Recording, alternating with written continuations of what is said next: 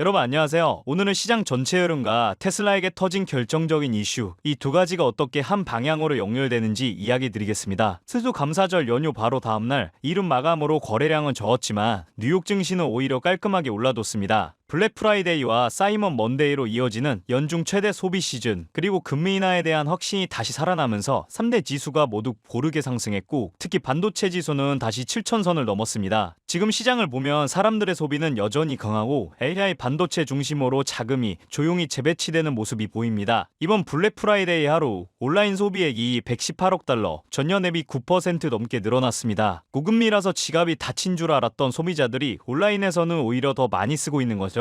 오프라인과 온라인을 합친 전체 소매 판매도 4% 넘게 성장했습니다. 이 정도 소비 탄력이라면 미국 경기의 체력이 생각보다 훨씬 견고하다는 의미입니다. 자, 본격적으로 영상 시작하기 전에 영상 하단에 더보기 클릭하시면 링크 있습니다. 자, 여기 눌러주시면요, 화면에다 담지 못한 정보들 받아보실 수 있습니다. 핵심 정보 또 매크로 경제 이슈까지 정보들 다 공유 중에 있으니까 이 정보 받아보시고 매매 진행하시면 많은 도움 되실 겁니다. 그럼 오늘 이야기 핵심부터 바로 시작해 보겠습니다. 이 배경에서 시장이 왜 다시 기술주 쪽으로 고개를 돌리고 있는지 감이 잡히실 겁니다. 경기가 버티고 있고 소비는 살아있고 금리는 이제 내려갈 가능성이 더 높아졌기 때문이에요. 실제로 폴리마켓에서는 12월에 금리를 25bp 낮출 가능성을 거의 87% 가까이 반영하고 있습니다. 이건 시장이 이제는 진짜 금리 인하 사이클이 돌아간다 받아들이고 있는 겁니다. 게다가 트럼프 행정부의 차기 FED 의장 후보로 통화 완화 성향의 캐비넷이 언급되면서 시장에서는 추가적인 유동성 확대 가능성까지 이야기하고 있습니다. 그리고 이번 주부터 FOMC를 앞두고 침묵 기간이 시작되기 때문에 FED 인사들의 말 한마디로 시장이 흔들리는 일도 당분간 없습니다. 즉 지금은 시장이 기존의 금리 인하 확신 기조로 그대로 움직이는 구간이라는 의미죠. 그런데 이런 환경 속에서 이번 주 테슬라에게 아주 중요한 변화가 하나 발표됐습니다. 바로 NHTSA가 테슬라의 FSD 업데이트 규제 기준을 완화하기 시작했다는 점이에요. 언론에서는 가볍게 다뤘지만 이 뉴스는 단순한 기능 업데이트형이 아니라 테슬라가 앞으로 미국 도로에서 자율주행을 발전시키는 방식 자체가 달라질 수 있는 결정입니다. 기존에는 FSD처럼 차의 행동을 바꾸는 업데이트는 규제 기간의 까다로운 검증 절차를 거쳐야 했습니다. 한번 업데이트하는데도 시간이 오래 걸렸고, 테슬라 입장에서는 기능을 개선하고 싶어도 규제 절차 때문에 속도가 자연스럽게 제한될 수밖에 없었습니다. 하지만 이번 발표 이후부터는 FSD의 상당수 업데이트가 기능 변화가 아니라 안정성 개선 목적으로 분류되기 시작한 거예요. 이 말은 규제 절차가 과거보다 훨씬 간소화된다는 뜻입니다. 쉽게 말해서 테슬라는 앞으로 FSD를 더 자주, 더 빠르게, 더 넓은 범위로 업데이트할 수 있게 됐습니다. 전문가들은 이 변화가 테슬라의 데이터 수집 속도를 지금보다 2배 이상 끌어올릴 수 있다고 분석하고 있습니다. 업데이트가 빨라진다는 건 실도로에서 얻는 피드백이 빨라지고 AI 학습 속도가 그만큼 빨라진다는 의미니까요. 그리고 이 부분이 바로 시장 움직임과 맞물리는 지점입니다. 지금 시장은 AI 반도체 그리고 데이터 중심 기술에 다시 자금이 들어오고 있습니다. 경기 침체 우려가 줄어들고 금리가 내릴 가능성이 커지면 가장 먼저 수혜를 받는 섹터가 바로 성장주, 그중에서도 AI 인프라 기업들이죠. 그런 후 이 타이밍에 테슬라는 규제 완화라는 결정적인 변수를 받았습니다. 이건 단순히 업데이트 속도가 빨라지는 문제가 아니라 자율주행의 상용화 일정 자체를 앞당길 수 있는 변화입니다. 특히 FSD가 데이터 기반 기술이라는 점을 고려하면 규제 완화는 곧 데이터 수집의 폭발적 증가, 그리고 실제 로보택시 출시를 위한 사전 단계가 공식적으로 열렸다는 신호로 볼 수 있습니다.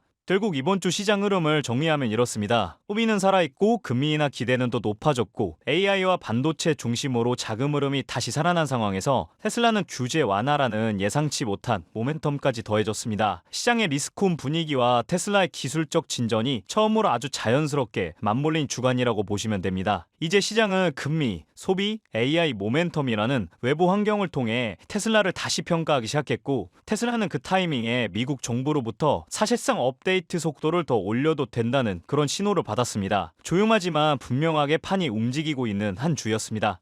그렇다면 여러분들은 지금 주식시장에서 수익을 내고 계신가요? 우리는 어떻게 해야 이런 불확실한 시장 속에서도 안정적으로 큰 수익을 얻어갈 수 있을까요? 눈에 띄는 대장주 M7 같은 종목들은 이미 너무 많이 상승한 뒤이기 때문에 앞으로는 진짜 큰 돈을 벌기 쉽지 않습니다. 진짜 기회는 그 대장주들 뒤에서 움직이는 수혜 종목에서 발생하는데요. 이런 종목들은 시가총액이 작기 때문에 비교적 소액으로도 접근이 가능하고 리스크 관리 또한 용이하죠. 즉 적은 자금으로도 큰 수익을 노릴 수 있는 구조입니다. 그런데 지금 시장을 움직이는 가장 큰 힘은 단순히 금리나 유동성이 아닙니다. 바로 미중 무역 전쟁의 임합, 전략 자원 전쟁이 시작됐기 때문이에요. 중국이 반도체에 이어 히토류 수출을 통제하기 시작했고 미국은 이에 맞서 자국 내 히토류 생산 라인을 재건에 나섰습니다. 단순히 정치적 갈등을 넘어서 AI, 전기차, 방위산업까지 직결된 친냉전형 공급망 전쟁입니다. 가장 대표적으로 눈에 띄었던 건 바로 히토류 전쟁의 중심에 선 MP 머티리얼스 티커였습니다. 미국 국방부와의 공급 계약이 발표되자 3개월 만에 주가가 6배 이상 폭등했고 거래량은 평소에 10배 이상 터졌어요. 1,000만 원만 넣었어도 6천만 원. 이게 바로 시장이 움직이는 타이밍입니다. 이런 종목들을 한번 불이 붙으면 정말 불도저처럼 밀어 올립니다.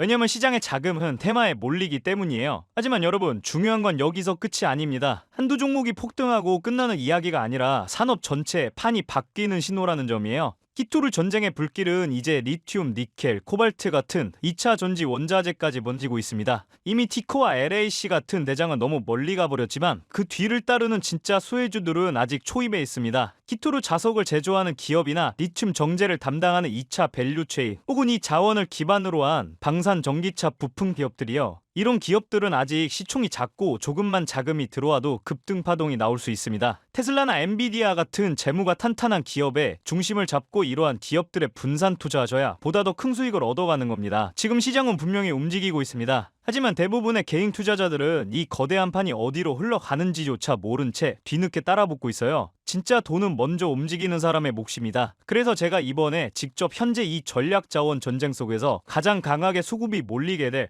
핵심 쇠 섹터와 종목 리스트를 정리해뒀습니다. 실제로 기관 자금이 들어오는 타이밍과 정부 정책 방향, 글로벌 공급망 재편 흐름까지 데이터 기반으로 정리된 PDF 자료예요. 이러한 정보도 소중한 제 구독자분들과 끝까지 영상 시청해주신 분들께만 오픈해드리도록 하겠습니다. 참여 방법은 간단합니다. 영상 아래 더보기란을 클릭하시면 파란색 링크가 하나 보이실 겁니다. 간단한 설문조사 진행해주시고 전송 버튼까지 눌러주시면 확인 후에 순차적으로 자료를 전달드리겠습니다. 절대로 금전 요구나 무조건적인 투자 권유 또한 하지 않습니다. 여러분이 시장에서 안정적으로 수익을 만들어 가시길 바라는 마음으로 준비한 자료들이에요. 꼭 가볍게 참고하시고 시장의 흐름을 직접 관망하셔도 좋습니다. 시장은 언제나 먼저 보는 사람, 먼저 움직이는 사람이 이깁니다. 지금 우리가 보고 있는 건 단순한 주가 상승이 아니라 글로벌 머니의 방향 전환이에요. 이 기회를 놓치면 다음 사이클이 올 때까지 또 몇 년을 기다려야 할지도 모릅니다. 영상이 도움되셨다면 좋아요와 구독 버튼 눌러주시고 저는 다음 영상에서 뵙도록 하겠습니다.